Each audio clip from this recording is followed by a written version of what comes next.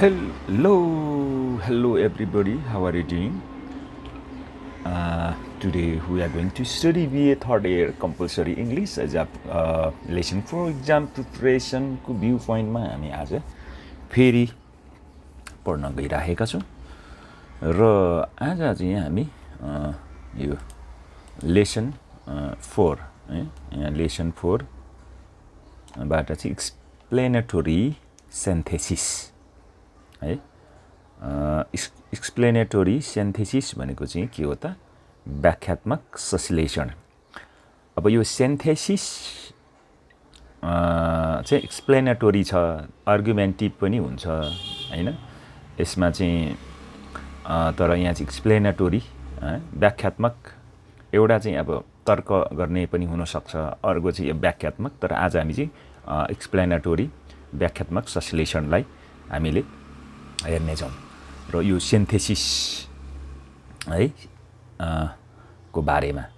So synthesis भनेको के त भन्दाखेरि नेपालीमा यसलाई संश्लेषण भन्छ। तपाईले नेपाली पढ्नु हुँदाखेरि नेपाली व्याकरण ग्रामरमा तपाईले सिन्थेसिस भन्ने कुरा हेर्नु नै भएको होला नेपाली पढ्दाखेरि। सो संश्लेषण अथवा सिन्थेसिस भनेको दुई वा दुई भन्दा बढी स्रोतहरूको प्रयोग गर्दै आफ्नो लेखलाई स्पष्ट पार्दै निष्कर्षमा पुग्नु हो सिन्थेसिस भनेको है त। त्यसकारण अब यहाँ चाहिँ सिन्थेसिस भनेको चाहिँ अर्को चाहिँ यहाँ सिन्थेसिस, यस्तो सिन्थेसिस विस्तृत रूपमा व्याख्यात्मक हुन्छ। बुझ्नुभयो नि है, के हुन सक्छ विस्तृत रूपमा यो के हुन्छ व्याख्यात्मक हुन्छ।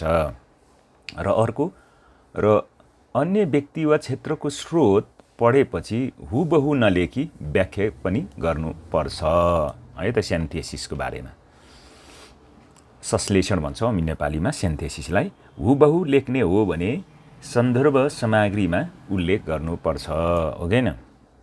हुबहु लेख्ने हो भने अर्काको लेख्यो भने त त्यो चाहिँ यो फलानाको किताबमा फलाना पेजबाट लिएको भनेर चाहिँ के गर्नु पर्यो, फुटनोट लेख्नु पर्यो अथवा सन्दर्भ सामग्री बिब्लियोग्राफीहरू हामीले प्रयोग गर्नुपर्छ। बुझ्नुभयो नि, नत्र प्लागारिजम हुन्छ हैन। हुबहु प्रयोग गर्दा पनि व्याख्या चाहिँ गर्नुपर्छ है त। व्याख्या चाहिँ के गर्नु पर्छ, मौलिकता दिन र पाठलाई रुचिकर र आफ्नो विचारबाट मनाउन व्याख्या गर्नै पर्छ है त। यस्तो व्याख्यालाई एक्सप्लेनेटोरी सिन्थेसिस भनिन्छ। बुझ्नुभयो, एक्सप्लेनेटोरी के भनिन्छ, सिन्थेसिस भनिन्छ। सो संश्लेषण लेखाइ शैक्षिक क्षेत्रमा र कार्यथलोमा लेखिन्छ है त। त्यसकारण संश्लेषण लेख्नु अघि स्रोत र बुझ्न, नोट खेस्रो बनाउन, दरो सिद्धान्त वाक्य बनाउन ख्याल गर्नुपर्छ। र यो सिन्थेसिसको बारेमा यही कुराहरू हामीले याद गर्नु पर्यो।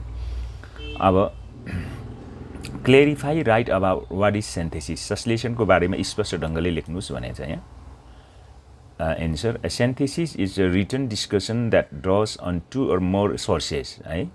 It follows that your ability to write synthesis depends on your ability to interrelationship among sources, essay, articles, fictions, and also non-written sources such as lecture, interviews, visual media, and observations। र त्यसपछि त्यसले गर्दाखेरि यहाँ चाहिँ धेरै क्षेत्रमा यो विभिन्न किसिमको सोर्सहरू है हामीले लिन सकिन्छ हैन। एसे हुन सक्छ, आर्टिकल हुन सक्छ, फिक्सन हुन सक्छ, नन रिटन सोर्सेस हुन सक्छ, लेक्चर हुन सक्छ, इन्टरभ्यू हुन सक्छ, भिजुअल मिडिया हुन सक्छ, अब्जर्भेसनका कुराहरू हुन सक्छ। This process is nothing new for you because you interrelationship all the time, say between something you have read in the newspaper and something you have seen for yourself, or between the teaching styles, or favorite and least favorite instructors भनेर भनेको छ यहाँ। त्यसपछि in fact if you have written research paper हैन, you have already written synthesis. यदि तपाईँले research paper लेखिसक्नु भएको छ भने अलरेडी नै तपाईँले सिन्थेसिस संश्लेषण लेखिसक्नु भएको छ। In a synthesis you make explicit the relationship that you have inferred among separate sources हैन। अब हामी readers will frequently benefit from at least partial summaries of sources in your synthesis essays. At the same time, you must go beyond summary to make judgment based on your critical reading of your sources. What conclusions you have drawn about the quality and validity of these sources, whether you agree or disagree with the points made in your sources, and why you agree or disagree हैन। अब त्यो agree छ, त्यो सोर्सबाट agree छ कि disagree छ कि भन्ने कुरा पनि आउँछ हैन, जुन तपाईले सिन्थेसिस लेख्नुहुन्छ। In a synthesis you go beyond the critiques of individual sources to determine the relationship among them. तपाईँ क्रिटिक्स भन्दा पनि बियोन्ड जानुहुन्छ यसमा हैन। Is the information is in source B, for example, an extended illustration of the generalizations in source A? Would it be useful to compare and contrast source C with source B? Having read and considered source A, B, and C, can you infer something else? In other words, right? D, not a source but your own idea, because a synthesis is based on two or more sources. You will need to be selective when choosing information from each. It would be neither possible nor desirable, for instance, to discuss in a 10-page paper on the American Civil War every point that the authors of two books make about their subject. What you as a writer must do is select from each source the ideas and information that best allow you to achieve your purpose. है त। त्यसै synthesis भनेको चाहिँ तपाईले केही विभिन्न सोर्सहरुबाट लिएर त्यहाँबाट त्यो सोर्सहरुलाई संकलन गरेर तपाईले त्यसपछि आफ्नै एउटा आइडिया भ्यू पोइन्ट तपाईले दिनुपर्छ त्यसमा। बुझ्नुभयो? त्यसमा भएका कुराहरुमा एग्री केमा छ, डिसएग्री केमा छ हैन, तपाईले के कुरामा चाहिँ कन्क्लुजन के दिन चाहनुहुन्छ भन्ने कुरा पनि मुख्य हुन सक्छ। जस्तै where do you find written synthesis, संश्लेषण लेखन कहाँ पाइन्छ भन्छ यहाँ। Here are just few of the types of writing that involve synthesis. केही यस्तो चाहिँ लेखनमा छ, लेख्ने कुरामा चाहिँ हामीले सिन्थेसिस पाउन सक्छौं। जस्तै एकाडेमिक राइटिङमा तपाईको सिन्थेसिस हुन्छ, जस्तै एनालाइसिस पेपर। अब यो एनालाइसिस पेपरमा सिन्थेसिस के छ त, synthesize and apply several related theoretical approaches भन्छ त्यहाँ हैन। विभिन्न theoretical approachesहरुलाई चाहिँ रिलेट गरेर several synthesizeहरु चाहिँ के हुन्छ त्यहाँ approachesहरु र synthesize त्यसमा एप्लाई हुन्छ केमा, एनालाइसिस पेपरमा। त्यसै रिसर्च पेपर पनि छ यहाँ। Research paper synthesize multiple sources। त्यहाँ रिसर्च पेपरलाई पनि संश्लेषण गर्ने काम गरिन्छ विभिन्न सोर्सहरुबाट हैन। त्यसै आर्गुमेन्ट पेपर भन्छ यहाँ। यो आर्गुमेन्ट पेपरमा पनि के छ, synthesize different points into coherent claim or position हैन। त्यसकारण यो coherent claim or position different पोइन्ट्समा सिन्थेसाइज हुन्छ केमा, आर्गुमेन्ट पेपरमा। अर्को छ एसे एक्जाम एन्ड डेमोन्स्ट्रेट है, understanding of course material through comparing and contrasting theories, view points or approaches in a particular field भन्छ। त्यसकारण यहाँ एसेहरुमा है, एक्जाममा डेमोन्स्ट्रेट यो विभिन्न कुरामा पनि कन्ट्रास्ट हुन सक्छ, थ्योरी हुन सक्छ, भ्यू पोइन्ट हुन सक्छ, एप्रोचेस हुनुहुन्छ। त्यसकारण यसमा पनि यो सिन्थेसिसको कुराहरु त्यहाँ लागू हुन्छ भन्छ। यो एकाडेमिक राइटिङमा हैन, एकाडेमिक राइटिङहरुमा यो चाहिँ सिन्थेसिस संश्लेषण प्रयोग हुन्छ। त्यस्तै गरी अर्को जस्तै वर्क प्लेस राइटिङमा पनि हामीले हेर्दाखेरि जस्तै news paper and magazine article synthesise primary and secondary sources. यसले प्राथमिक पनि अनि सेकेन्डरी सोर्सलाई पनि लिएर यसले सिन्थेसाइज गर्छन् हैन, न्यूज पेपर र म्यागजिन आर्टिकल्सहरुमा। अनि त्यस्तै position papers and policy briefs, compare and contrast solution for solving problems भन्छ है। त्यसकारण यो पोजिसन पेपर, पोलिसी ब्रिफ, कम्पेयरहरूमा पनि त्यस्तै गरी अर्को छ business plan synthesise ideas and proposals into one coherent plan. अनि यो बिजनेस प्लान्स रले पनि के गर्छ, यो उनीहरूको आइडिया प्रपोजलहरूमा चाहिँ विभिन्न कोहेरेन्ट प्लान हुनसक्छ, त्यसकारण त्यसमा केही संश्लेषण सेन्थेसाइज हुनसक्छ। अर्को चाहिँ memos and letter and synthesise multiple ideas events and proposal into concise form भन्छ। त्यसकारण अब यो मेमो लेख्दाखेरि, लेटर्सहरू लेख्दाखेरि पनि विभिन्न चाहिँ मल्टिपल आइडियाजहरू, इभेन्ट्सहरू, प्रपोजलहरू विभिन्न उस्तै उस्तै हुन्छ नि त। अनि त्यही कुरालाई संश्लेषण गरेर उनीहरूले सेन्थेसाइज गरेर त्यहाँ पनि यो वर्किङ प्लेसमा पनि त्यो लागु हुन्छ। अनि अर्को चाहिँ वेबसाइटहरू, website also synthesise information from various sources to present in web pages and related links है। अनि यसमा पनि वेबसाइट्सहरूमा, वेब पेजेसहरूमा संश्लेषण सेन्थेसाइज हुन्छ भन्ने कुरा। त्यस कारण working writing, work place writing र एकाडेमिक राइटिङमा के हुनसक्छ, यो संश्लेषण भन्ने चिज चाहिँ आउँछ, युज हुन्छ भन्ने कुरा छ। अब यहाँ describe types of synthesis, explanatory synthesis and argumentative synthesis भन्छ। संश्लेषणका प्रकार व्याख्यात्मक र तार्किकको बारेमा लेख्नुहोस् भनेछ।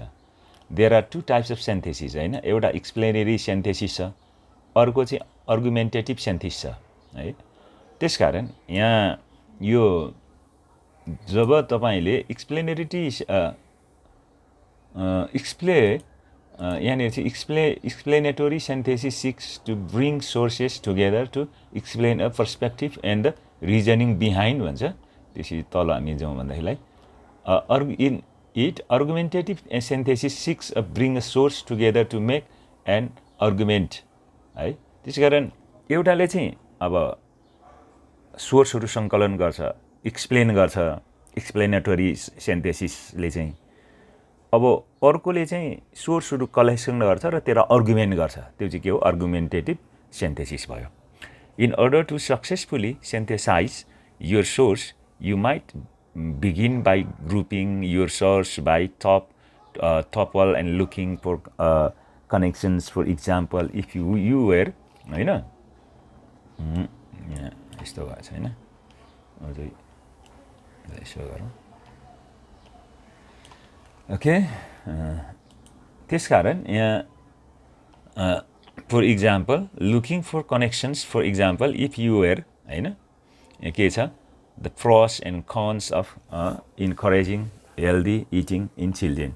You would want to separate your source to find which ones agree with each other and which others disagree भन्छ है त, बुझ्नुभयो नि है। अनि त्यसले गर्दाखेरि अब after you have a good idea of what your sources are saying, you want to construct your body paragraphs in a way that acknowledges different sources and highlights where you can draw new conclusions as you continue synthesizing. Here are a few points to remember है त। अब यो few points remember मा हामी अलिकति यसलाई सानो बनाएर जाउँ।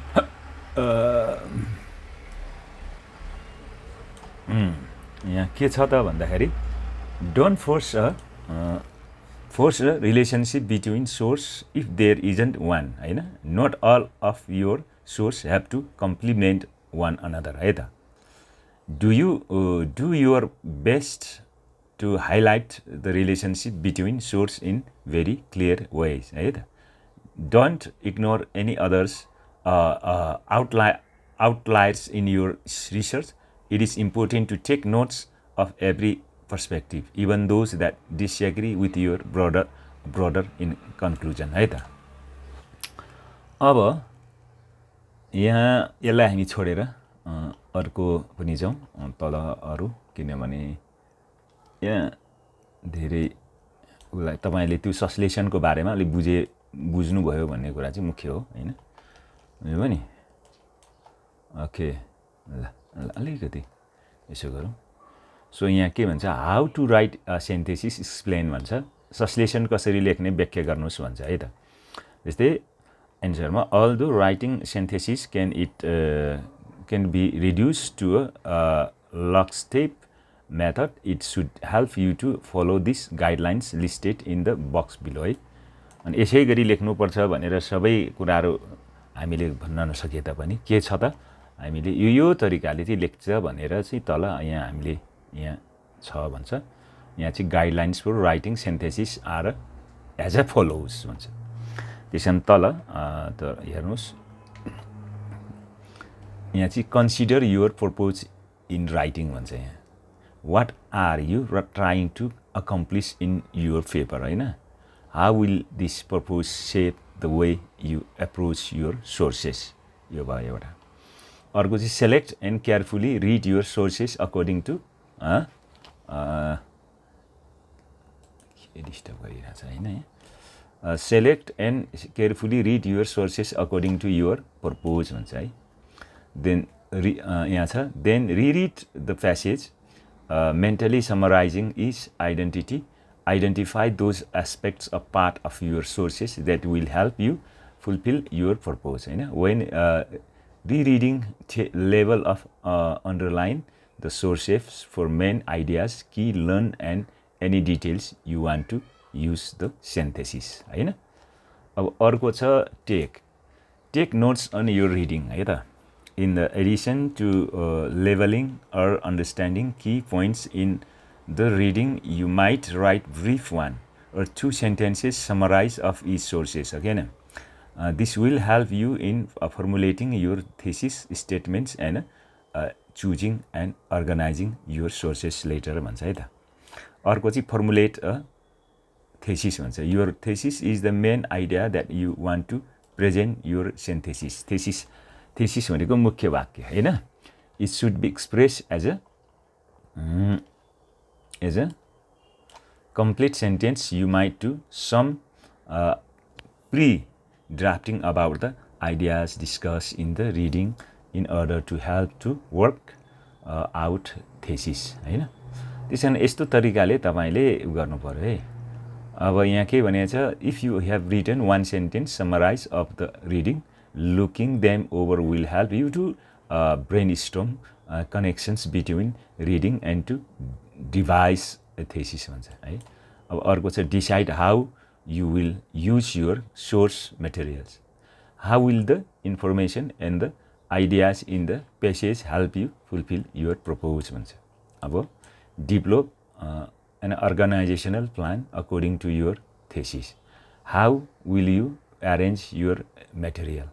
it is not necessary to prepare a formal outline but you should have some plan that will indicate the order in which you will present your materials and that will indicate the relationships among your sources है त।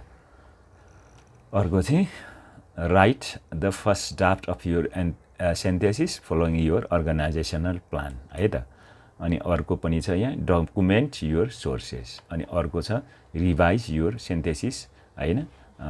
interesting transitional के अरे inserting transitional words and phrases where necessary भनेर भनेको छ। So यसरी चाहिँ तपाईले सिन्थेसिस लेख्ने के आइडियाहरु के गाइडलाइन्सहरु चाहिँ यिनीहरु हुन् संश्लेषण लेख्ने। यहाँ के छ how does Ricardo Bayon synthesize his ideas in the fuel subsidy we need। यस अनुच्छेदमा कसरी रिकार्डोले आफ्नो विचार दिन संश्लेषण गरेका छन्। सो हामी यसलाई यति नै राख्छौं। यो भन्दा बढी संश्लेषण के हो सिन्थेसिस के हो भन्ने कुरा थाहा पाइसक्नुभयो। तपाईले नि अब यो सिन्थेसिसलाई लेख्न सक्नुहुन्छ भन्ने हामी आशा गर्छौं। Thank you good by.